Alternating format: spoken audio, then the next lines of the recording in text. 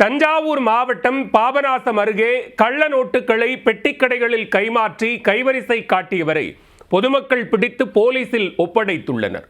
ஊர் விட்டு ஊர் வந்து கள்ள நோட்டை வைத்து கத்தை கத்தையாக பணம் பார்த்தவரின் கதை என்ன?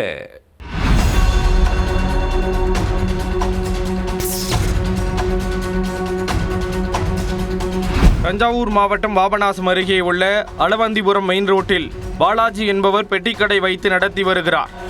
சம்பவத்தன்று அவரது கடைக்கு வந்த நபர் ஒருவர் 200 ரூபாய் நோட்டை கொடுத்து 30 ரூபாய்க்கு மட்டும் பொருட்கள் வாங்கி மீதி சில்லறை கேட்டுள்ளார்.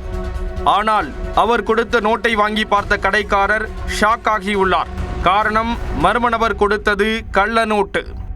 உடனே கத்தி கூச்சலிட்ட பாலாஜி அக்கம் பக்கத்து கடைக்காரர்களின் உதவியுடன் மர்ம நபரை பிடித்துள்ளார்.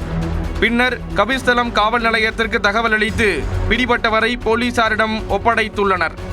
காவல் ஆய்வாளர் புவனேஸ்வரி தலைமையிலான போலீசார் மேற்கொண்ட விசாரணையில் பிடிபட்டவர் திருவாரூர் மாவட்டம் ஐயம்பேட்டையைச் சேர்ந்த 30 வயதான மணிகண்டன் என்பதும் 200 ரூபாய் கள்ள நோட்டுகளை கைமாற்றி கல்லாக்கட்டி வந்தவர் என்பதும் தெரியவந்தது. இவரிடம் இருந்து 21,600 ரூபாய்க்கு கள்ள நோட்டுகள் கைப்பற்றப்பட்டுள்ள நிலையில் இவருக்கு எப்படி இந்த நோட்டுகள் கிடைத்திருக்கும்?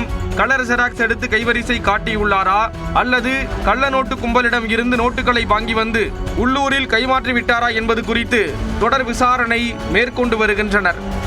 அதில் மேலும் பல திடுக்கிடும் சம்பவங்கள் வெளிவரலாம் என எதிர்பார்க்கப்படுகிறது.